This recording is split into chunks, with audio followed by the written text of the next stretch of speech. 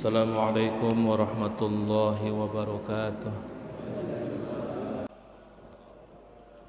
Ila hadratin Nabi al-Mustafa Sayyidina wa Maulana Muhammadin sallallahu alaihi wasallam wa ala alihi wa sahbihi wa azwajihi wa dhurriyyatihi wa ahli baitihi al-kiram. Syaulillahi lahumul Fatihah. A'udzu billahi minasyaitonir rajim. Bismillahirrahmanirrahim. Alhamdulillahi rabbil alamin arrahmanir rahim maliki yaumiddin. Iyyaka na'budu wa iyyaka nasta'in ihdinas siratal mustaqim siratal ladzina an'amta 'alaihim ghairil maghdubi 'alaihim waladdallin amin.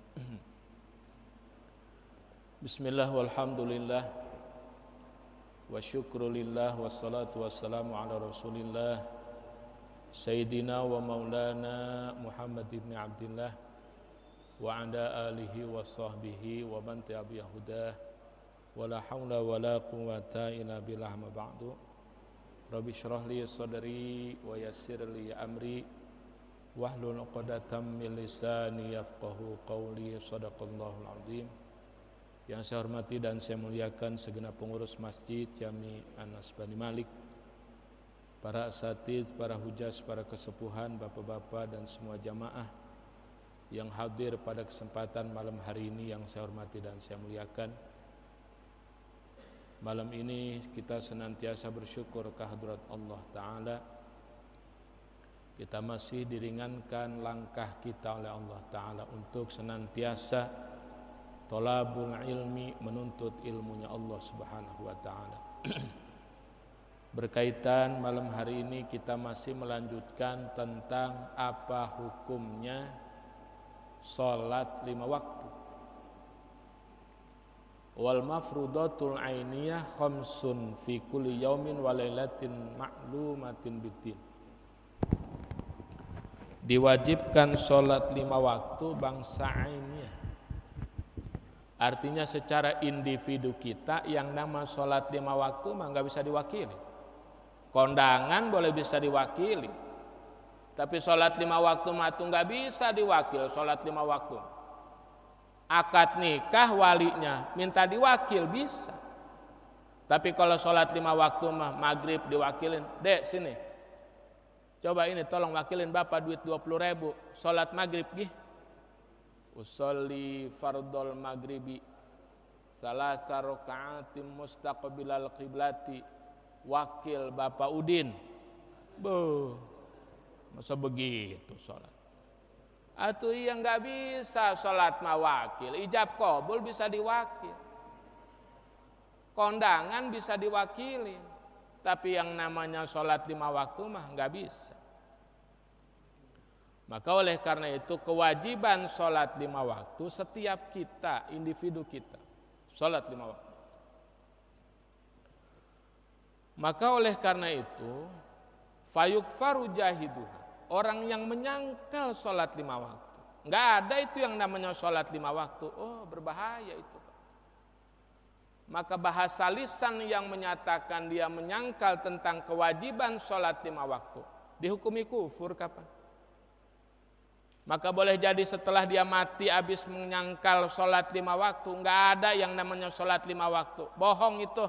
Oh, menyangkal tentang kewajiban sholat 5 waktu mah mati detik itu juga tergolong kufur dia. Atau kata Kanjeng Rasul, salah satu masuk neraka itu akibat lisan kekufuran. Makanya menyangkal sholat 5 waktu. Enggak sholat mah tuh enggak sholat aja, pakai disangkal-sangkal orang sholat. Kamu mau ngapain? Mau sholat maghrib? Ye, kata siapa maghrib ada sholat? Enggak ada itu. Masya Allah, dia enaknya aja ngomong gak ada sholat maghrib. Jangan main-main urusan bahasa. Enggak sholat aja, tapi menyangkal urusan sholat 5 waktu, kufur urusan. Makanya mayoritas manusia masuk neraka itu tanya, kata Kanjeng Rasul, akibat lisan yang salah. Kenapa kamu masuk neraka? Saya habis ngomong kalau sholat 5 waktu enggak wajib, mati detik itu juga ke neraka. Ternyata saya ke neraka. Jangan main-main itu, Pak. Jangan main-main itu. Kalau enggak sholat aja. Maka kalau itu keluar dari lisan orang Islam, Di detik itu juga dia harus mengucapkan 2 kalimat syahadat. Karena dia sudah khawatir dia mati nggak tahu di detik yang mana. Segera kamu mengucap 2 kalimat syahadat, balik lagi ke dalam agama Islam. Karena ucapan itu sudah ucapkan dalam kekufuran. Naudzubillah min dzalik. Hati-hati itu Pak. Takut anak, takut cucu, main enak-enak aja dia ngomong sembarangan. Oh jangan. Jangan sekali-sekali. Menyangkal urusan kewajiban sholat 5 waktu, maka hukumnya kufur. Apa landasan wajib sholat itu? Landasannya adalah 2 hadis sahih, baik hadis Bukhari maupun hadis Muslim. Apa kata Kanjeng Rasul? Faradallahu ala ummati lailatal Isra'i. Allah Ta'ala mewajibkan atas umatku saat malam Isra, malam naiknya Nabi kita Muhammad sallallahu alaihi wasallam, naik nyampe menghadap Allah Ta'ala.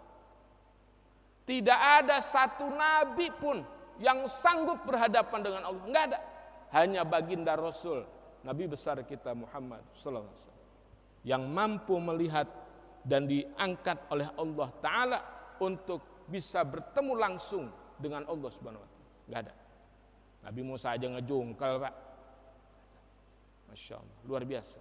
Nabi kita itu langsung berhadapan dengan Allah. Maka ketika berhadapan disitulah Kanjeng Rasul menyampaikan kepada Allah Ta'ala, at-tahiyyatul mubarakatus sholawatu thayyibatu lillah. Penghormatan Kanjeng Nabi kepada Allah Ta'ala disambut oleh Allah Ta'ala, assalamu alaika ayyuhan nabiyyu wa rahmatullahi wa barakatuh. Kata Allah itu.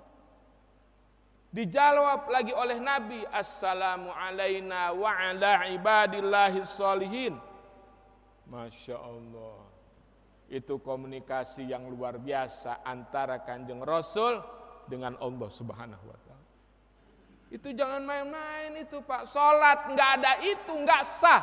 Ada orang sholat diam aja, ya Allah ya Rabbi. Diam aja, coba nanti nyaksiin.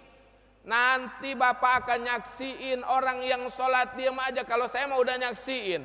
Di pasar pagi saya lagi sholat di musola. Ini ada anak muda sholat meneng baik. Ada orang sholat si mingkem aja itu bocah.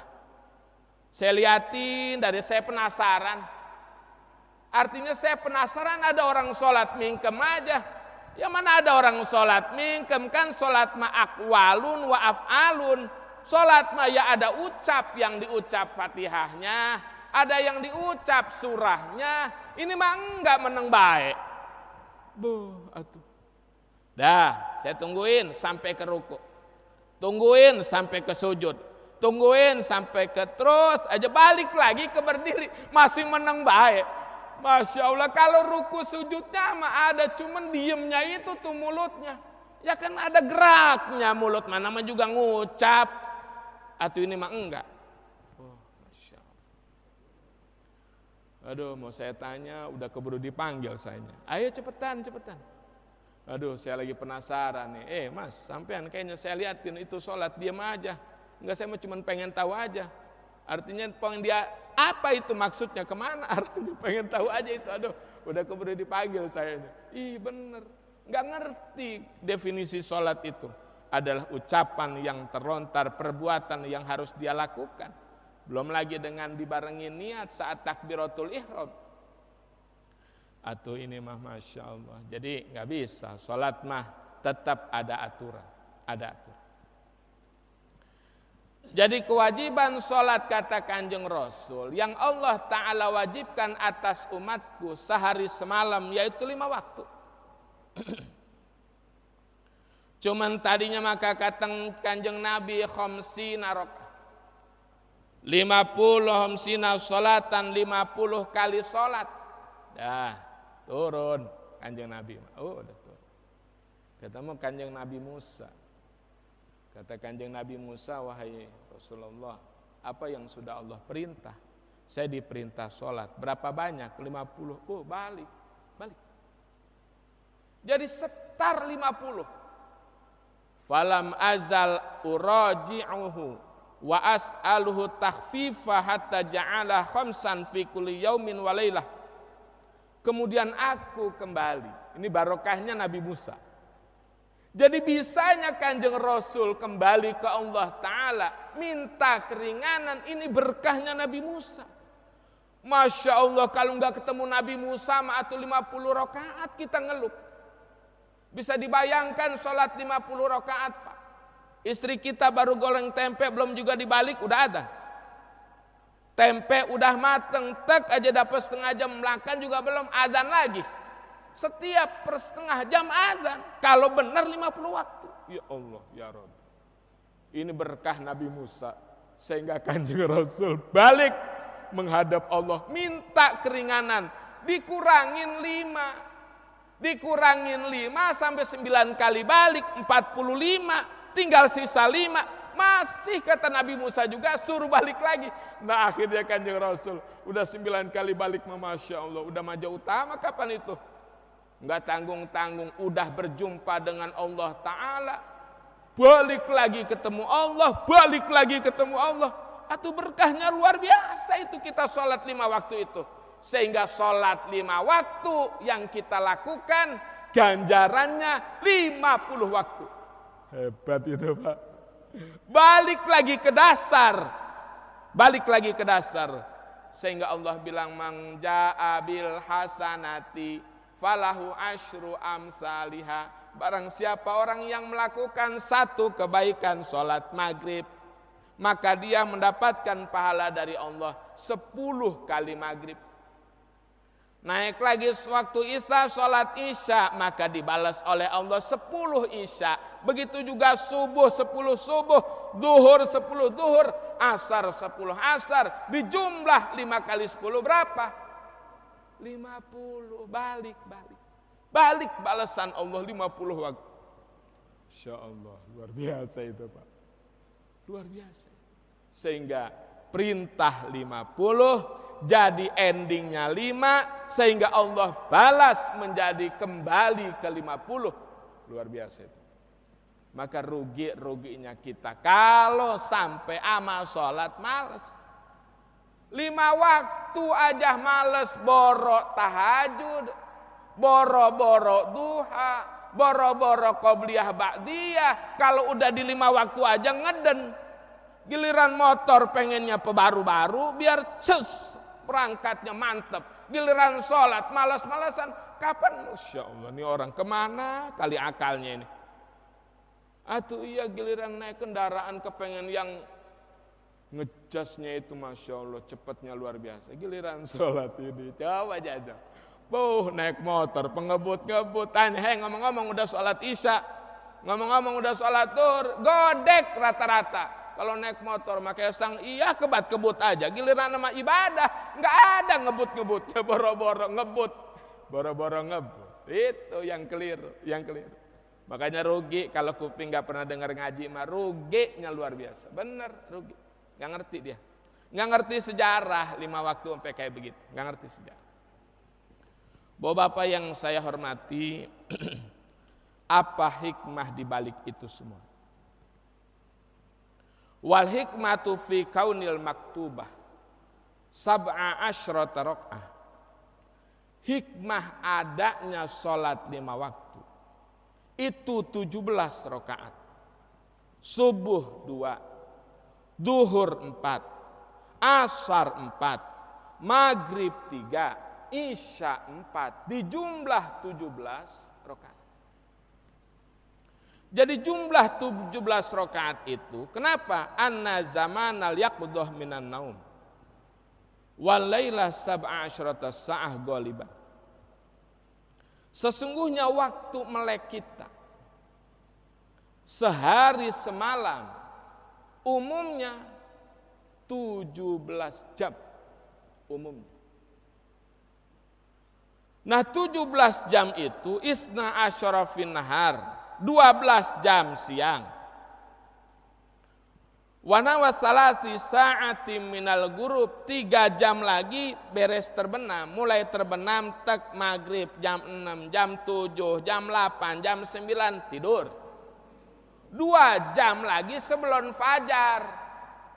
Fajar jam berapa? Jam 4:30. 2 jam sebelum fajar, 2:30, 2:30. Berarti bangun lagi. Dari 2:30, ayo terus sampai jam 9 melek aja. 17 jam rata-rata kita ini melek. Nah, maka 17 jam itu kata ulama, jadikan setiap jamnya 1 rakaat. Jabron lima yaqa'u minat taqsiri, sebagai penambal terhadap perilaku kita atau kelalaian kita yang akan terjadi. Udahlah, enggak bisa qobliyah ba'diyah, paling enggak melek kamu yang 1 jam angkat serakaat. Melek sejam angkat serakaat. Udah kalau qobliyah ba'diyah enggak ngangkat, tahajud enggak ngangkat, duhanya enggak ngangkat, sholat sunnah hajat enggak ngangkat, ya udah paling enggak 17 rakaatnya atau ngangkat. Ini mah udah 17 rakaat kagak. Giliran sholat Jum'ah, sholat cuma 2. Masya Allah. Idul Fitri sunnah, Idul Adha sunnah. Jadi seumur-umur hidup sholat cuma 3 kali. Jum'ah, Idul Fitri, Idul Adha. Yang wajib cuma Jum'ah. Ya Allah, ini gak dibilang PA aja udah bagus banget ini orang. Padahal kalau kata ulama itu orang PA, entar diceritain, kok bisa PA? Iya, sebab orang yang gak wajib sholat mah PA. Begitu kata ulama. Gak wajib sholat mah gila. Masya Allah. Padahal kalau gila mah yang gak wajib sholat. Ini yang waras. Ikut-ikut kayak orang gila gak mau sholat. Jangan. Ya Allah, ya Rabbi. Itulah ternyata 17 gak dianggap remeh. Dicak oleh ulama. Kenapa kok sampai bisa 17 rakaat? Begitu tuh, Masya Allah, luar biasa. Makrifatnya ulama sampai kalau bisa mah udah tuh tambal aja tambal. 1 jam melek serakaat, sejam melek serakaat, sejam melek serakaat, sejam melek serakaat. Udah 17 juga udah dah. Udah sisa-sisanya mah tek aja kemana kek, ngapain kek, 17 mah kunci sehari semalam. Jangan ini mah meleknya hobi. Giliran sholat 5 waktunya nggak ada hobi-hobinya. Atur, ngopi, ngerokok, plus, skak, Masya Allah, cuman kagak sholat maghrib, kagak sholat isya, kagak sholat subuh, kagak sholat duhur, kagak sholat asar.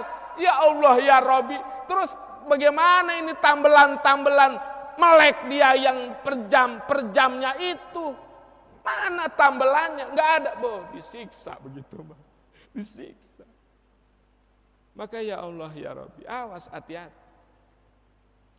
Makanya kita pastek aja dari kampung pengen hijrah ke Jakarta, pengen hijrah ke kota, cium tangan bapaknya, cium tangan ibunya, cuman pesen bapak ibunya, bapak sama ibu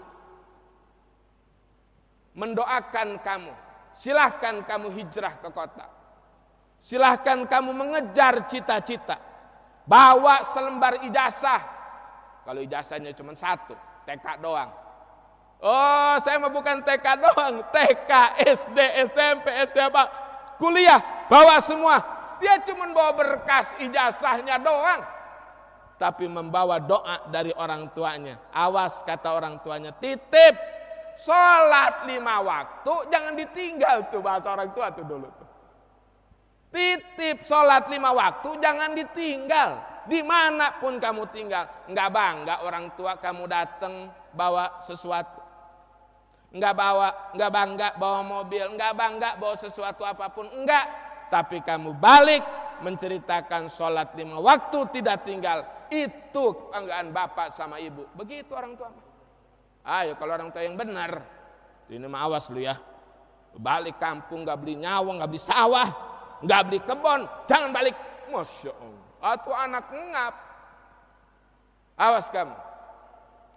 Balik ke kampung gak beli sawah, atau kayak tetangga no bangun rumah beli mobil, atau parah, atau anak nungsep begitu. Ya, jadi rata-rata orang tua dulu mah begitu pesan.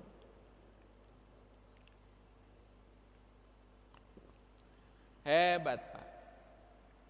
Makanya kita masih terawat 5 waktu. Cek anak pertama, cek anak kedua, cek mantu, cek cucu, dicek. Jangan cuma cek kita doang, dicek itu mantu sholat enggak, dicek anak kita 5 waktunya lengkap apa enggak. Borok urusan lain-lain mah 5 waktu dulu laporan. Dari mana kamu? Ya baru pulang kerja, Pak. Bapak cuma mau tanya itu sholat maghrib, sholat enggak tadi? Pugu macet. Atau iya macet, si macet kan bawa motor, ada beloknya. Atau ngurusin macet aja mau bagaimana? Atau enggak maghriban berarti? Atau enggak, Pak? Nyesek Bapak. Atau saya enggak sholat, Bapak yang nyesek, ya nyesek lah. Orang tua mengedenger anak enggak sholat, emang kamu kira bangga? Lu ngasih duit kagak mau Bapak? Atau enggak bawa laporan, enggak sholat? Rugi Pak, bener enggak percaya Pak? Rugi kita ngedenger anak, jelek aja baru pulang, maghrib dia tinggalin. Terus ngomong-ngomong asar.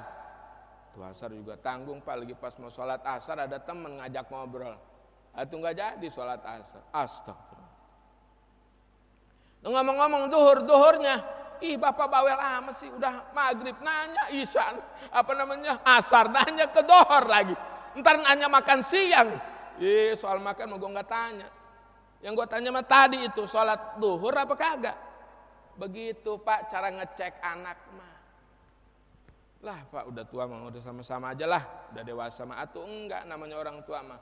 Mumpung Bapak belum mati, ngedenger anak sholat 5 waktu udah lengkap, itu yang bikin puas. Mau mati besok juga pasrah Bapak mah. Masya Allah begitu. Jadi jangan kita ngukur diri kita cukup 5 waktu. Cek anak satu persatu, cek cucu satu persatu, cek mantu satu persatu. Begitu baru mantap kapan ke kita. Ya jadi puas rasa-rasanya. Masya Allah. Barangkali dengan ibadah mah Allah Ta'ala jaga kita semua. Situasi terus masih berkembang kayak begini, barangkali Allah Ta'ala ngejaga kita semuanya. Amin ya Rabbal. Bapak-bapak yang saya hormati, perihal tentang sholat 5 waktu ini adalah sebuah istimewa yang hanya dikasih kepada Nabi kita Muhammad sallallahu alaihi wasallam. Enggak ada Nabi Adam sholat sampai 5 waktu, enggak. Enggak ada yang namanya Nabi Daud sholat sampai 5 waktu, enggak. Nabi Sulaiman, enggak. Nabi Yakub, enggak. Nabi Yunus juga enggak. Tapi sholat 5 waktu terkumpul ada di Nabi kita Muhammad sallallahu alaihi wasallam. Walam tajtami hadhil khamsu li ghairi nabiyina Muhammadin sallallahu alaihi wasallam. Tidak kumpul salat 5 waktu selain Nabi kita Muhammad sallallahu alaihi wasallam. Kenapa? Balkanat mutafarriqah fil anbiya. Bahkan salat yang ada itu adalah salat 5 waktu itu terpisah para nabi-nabi Allah. Sehingga Nabi Adam fasubhu salatu Adam. Salat subuh adalah itu salatnya Nabi Adam. Jadi kalau nabi-nabi setelah Nabi Adam kemudian mengikuti salat subuh karena Nabi Adam. Subuh mah salatnya Nabi Adam. Beres di subuh ngangkat terus ke duhur. Duhur mah sholatnya Nabi Daud. Jadi kalau Nabi Daud mah duhur sholat setiap duhur, sholat setiap duhur, sholat Nabi Daud. Begitu juga nabi-nabi yang lain yang cuma sholat duhur doang. Naik sholat duhur, sholat asar mah sholatnya Nabi Sulaiman. Nabi-nabi yang lain pada sholat asar atau sholatnya Nabi Sulaiman, asar mah beres asar maghrib mah sholatnya Nabi Yakub. Setiap maghrib Nabi Yakub sholat, setiap maghrib Nabi Yakub sholat. Terus ke Isya mah sholatnya Nabi Yunus. Begitu juga nabi-nabi yang lain. Tapi Nabi kita Muhammad sallallahu alaihi wasallam menjalankan itu semuanya. Ya sholatnya Nabi Adam, ya sholatnya Nabi Daud, ya sholatnya Nabi Sulaiman, ya sholatnya Nabi Yakub, dan sholatnya Nabi Yunus. Jadi kita mantap sebagai umat Nabi Muhammad, lengkap semuanya. Sholatnya kita adalah yang sudah disolatkan oleh para nabi-nabi Allah Ta'ala. Hebat itu. Makanya kemarin diceritakan tembusnya sholat 5 waktu itu, tapi yang bagus sholatnya, yang benar rukunnya, syaratnya benar, naik itu sholat. Pintu langit pertama terbuka sampai pintu langit ke-7, sampai berhadapan dengan Allah Subhanahu wa Ta'ala. Karena bercahaya ini sholat, akhirnya itu sholat yang sudah berhadapan dengan Allah, beres. Sholat kita itu nanti akan memberikan syafaat buat kita di yaumil qiyamah. Inilah indahnya sholat itu, luar biasa. Makanya yang benar ibadah sholatnya karena kita sholatnya itu yang benar, rukunnya benar, syaratnya yang benar. Ya, jadi nggak usah ada istilahnya males sama ibadah. Terus, makanya pantas kita diwajibkan sholat 5 waktu Kanjeng Rasulullah pada malam Isra setelah diangkat menjadi Nabi, yaitu berapa tahun? 10 tahun 3 bulan. Pas malam 27 Rajab Kanjeng Rasul Nabi kita Muhammad SAW diisrakan oleh Allah Ta'ala. Walam tajib subuh tilkal lailah, dan sholat subuh malam itu belum wajib lantaran belum tahu caranya. Nah, menjelang duhur datang malaikat Jibril mengajarkan sholat duhur. Asar datang malaikat Jibril mengajarkan sholat asar. Maghrib datang sholat malaikat Jibril mengajarkan maghrib, isya, dan terus subuh. Maka setelah itu Kanjeng Rasul perintah kepada Mu'ad, hei Mu'ad, berangkat kamu ke Yaman, bilangin ada sholat 5 waktu, wajib hukumnya sehari semalam. Begitu terus menyebar. Luar biasa itu pas sholat itu. Ya, jadi kita sudah tahu persis kedudukan sholat 5 waktu, sejarah yang ada sholat 5 waktu, sehingga ulama itu menyampaikan tentang saat Nabi itu bisanya diisrakan oleh Allah Ta'ala. Enggak ujug-ujug isra, tapi Kanjeng Rasul itu dibersihkan terlebih dahulu zahirnya, dibersihkan terlebih dahulu batinnya, dicuci dengan air Zam-Zam. Setelah sudah dibersihkan baru dimasukkan iman dan dimasukkan hikmah oleh Allah Ta'ala. Masuk keimanannya biar mantap. Lantaran nanti aja kayak kita aja nggak punya pengalaman. Kalau Kanjeng Rasul mah bawa iman, kita mah celek aja dibawa jalan-jalan ke Inggris, bolak-balik nanya aja sama yang bawa. Itu ngomong-ngomong orang sini pada begitu aja pakaiannya, ih lu berisik amat sih, gitu. Supaya jangan ada geger. Kanjeng Rasul itu biar mantep Isra itu. Masya Allah, ketika dipanggil Kanjeng Nabi ya Muhammad, yang panggil itu tak aja nanya, wahai Jibril, itu tadi siapa yang memanggil saya? Itu dunia memanggil kamu. Suaranya udah kayak nenek-nenek. Ya, dunia ini sudah tua emang. Makanya Kanjeng Nabi kita itu Nabi akhir zaman. Ini dunia udah tua, betul-betul tua. Orang kita aja udah kerasa tua. Ciri tuanya uban. Ayo coba jajal. Ngomong-ngomong, aduh Masya Allah, usia di atas 40, usia di atas 45, usia di atas 50 karuan. Ngelihat uban di kumis banyak, ngelihat uban di jenggot banyak, ngelihat uban di rambut banyak. Ini ngomong-ngomong, nih uban kenapa kali umum orang pada muncul? Hei, cirinya uban itu ciri bakal datang yang namanya malakatul maut. Kalau belum sadar-sadar nanti kamu diomelin sama malaikat maut sebelum dicabut nyawa. Kata malaikat pencabut nyawa, lu mah udah ubanan masih belum sadar juga. Puguh gue udah kasih ciri ada uban. Uban di kumis, uban di jenggot, uban di rambut kepalanya, itu cirinya. Ya tuh gak ada yang ngomongin, ya lu nya aja kali, gak ada denger-dengernya. Di masjid teriak-teriak aja uban. Itu nyiriin kalau kita ini tak aja bertambah usia, bertambah ingat ke Gusti Allah. Ini mah 1 dicabut tumbuh 7.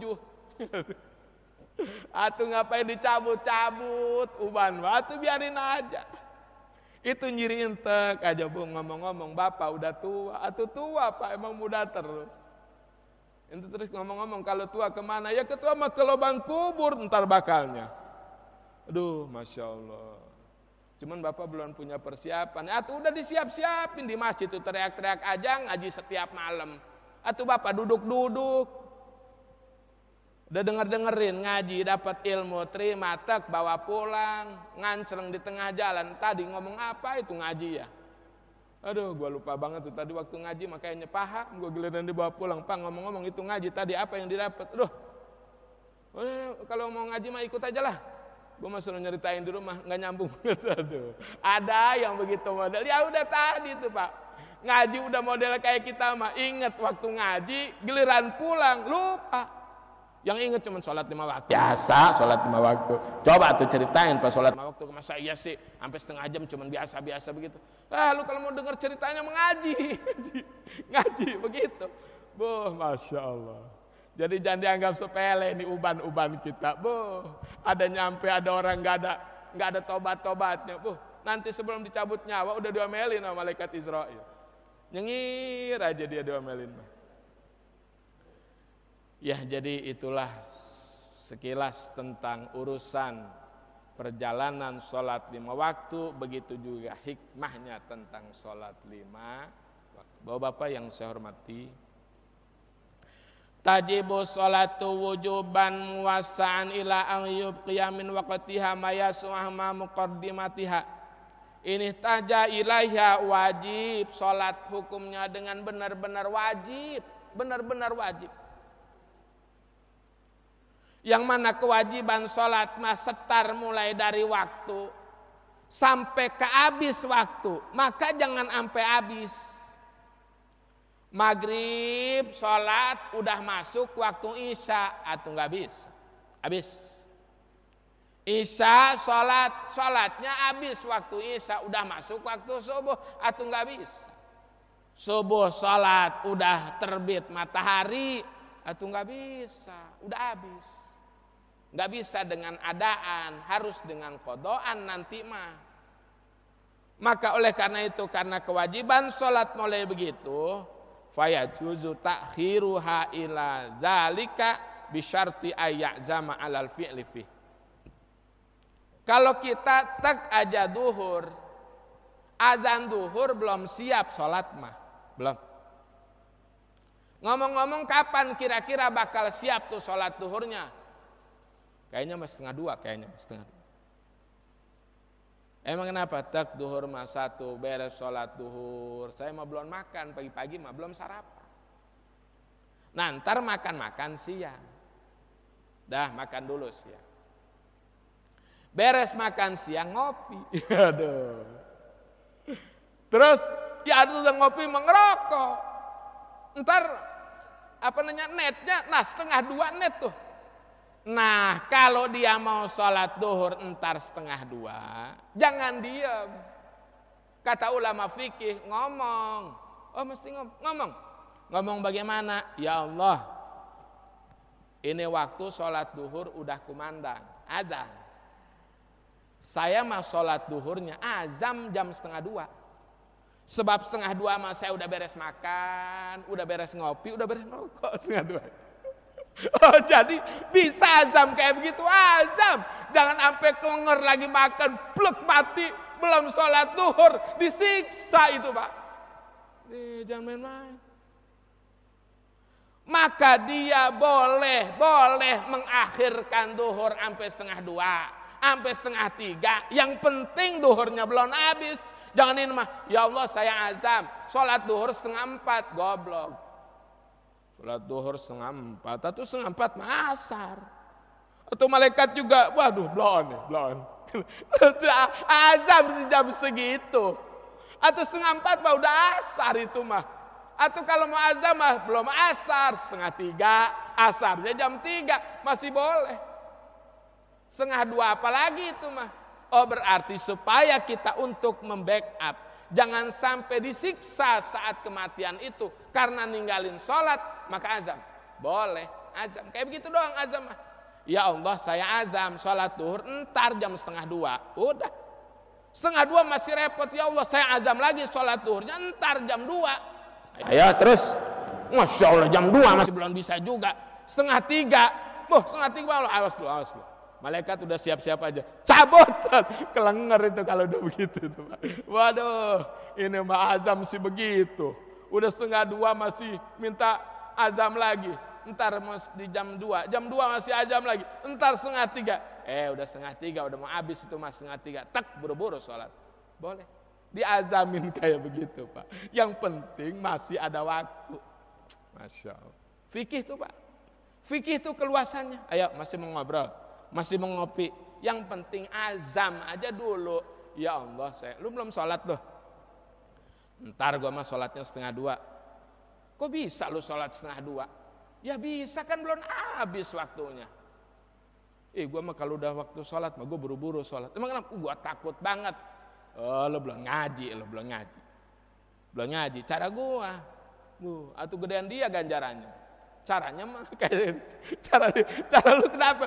Gua mah makan siang dulu, ngopi, ngerokok. Tapi lu ada ngomong itu azam. Iya gua ngomong kedengeran malu ya, kedengeran. Ya Allah saya azam sholat duhur ntar 1:30, itu ilmunya. Makanya gua nyantai ngerokok plus saja. Kita dilihat masih jam 1, dilihat masih jam 1:15, udah buru-buru sholat. Boleh emang begitu? Atuh boleh, Masya Allah. Ringan banget ya agama ya. Enteng banget. Gue mau ngeden perut gue lapar. Mana imamnya lama, gue mikir. Mendingan makan daripada sholat. Megangin perut lu imam lama banget, apa surah yang dibaca lagi. Mana gue udah lapar banget ini perut gue. Gue dari pagi belum sarapan ini. Ya, gue bilang juga apa loh, masih menang gue kalau begitu mah. Nah iya lo sholat megangin perut. Ya Allah ya. Bismillahirrahmanirrahim. Kewajiban salat ma'ala kulli muslimin bi khilafil kafir. Kewajiban salat atas orang Islam bi khilafil kafir, tidak terhadap orang kafir. Fa innahu wa in kana mukhataban biha, meskipun sesungguhnya orang kafir itu dia tetap dikhitobi sebagaimana khitabnya orang Islam yang sehari semalam sholat 5 waktu karena masih terkunci dengan kekafiran. Gak bisa ikut-ikut ujuk-ujuk. Mau kemana lu kok? Iya tuh kayak orang Islam, gua mah mau sholat maghrib. Lu mau sholat maghrib? Ya emang kagak boleh gua sholat maghrib? Ya nggak boleh kok lah, kan lu mah belum syahadat. Nggak penting syahadat mah, gua mau masuk aja sholat. Wah tuh nggak bisa kok. Tetap harus dibuka dulu dengan 2 kalimat syahadat masuk Islam. Sebab kewajiban sholat 5 waktu mah orang Islam, orang kafir mah nggak sholat, nggak wajib sholat mah. Oh ya udah kalau gitu gua balik lagi, ya balik. Lu mah masih kafir, ngapain lagi ikut-ikut sholat maghrib? Dah balik.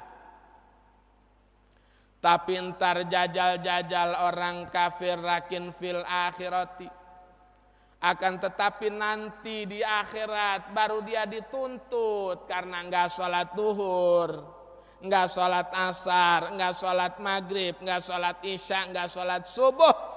Dituntut pas di akhirat, mulai ngancleng di alam kubur sampai di yaumil qiyamah, terus nggak ada habis-habisnya disiksa dia orang kafir. Masya Allah. Lakin fil akhirat, tetapi nanti di akhirat dia tetap akan dikhitabi liyurattaba iqabuha alaihi la fid dunya lianna nuqirruhu ala tarkiha binahwil jisah. Nah itulah orang kafir nanti. Dia akan disiksa akibat tinggal sholat subuh, tinggal sholat duhur, tinggal sholat asar, tinggal sholat maghrib, isya, belum lagi puasa Ramadan, belum lagi zakat, belum lagi haji. Maka selama-lamanya enggak diangkat oleh Allah Ta'ala. Enggak, mati dalam kekufuran. Enggak. Insyaallah. Begitu tuh Pak. Makanya kita harus syukuri yang kuat atas iman Islam yang Allah kasih. Harus disyukuri betul. Maka bentuk rasa syukur itu ya tadi usolli fardhol maghribi. Nah itu bentuk syukur. Naik lagi waktu isya usolli fardhol isya, subuh usolli fardhol subuh, terus dari waktu ke waktu. Tanda syukur. Ya, maka inilah keuntungan kita buat orang Islam, enggak wajib orang kafir mah, lantaran tetap meskipun dia tetap tidak wajib khitab nanti di akhirat baru kena khitab. Jadi enggak tek aja mentang-mentang orang kafir cincai di alam dunia, cincai di alam akhirat. Atuh enak bener begitu mah. Atuh iya cincai di alam dunia, sholat 5 waktu kagak, puasa Ramadan kagak, zakat kagak, haji kagak, terus sama-sama masuk surga kayak orang Islam. Atuh bagaimana?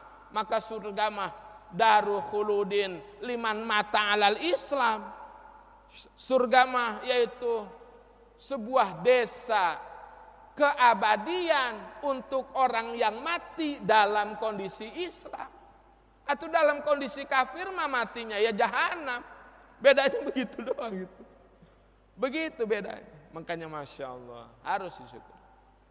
Ya gampang kita menyuruh orang syukuri aja. Makanya anishkurli kata Allah. Kamu harus bersyukur kepadaku lantaran kamu punya tetangga enggak aku kasih Islam. Kamu punya saudara ada yang bukan Islam. Kamu punya bos aku kasih bukan Islam.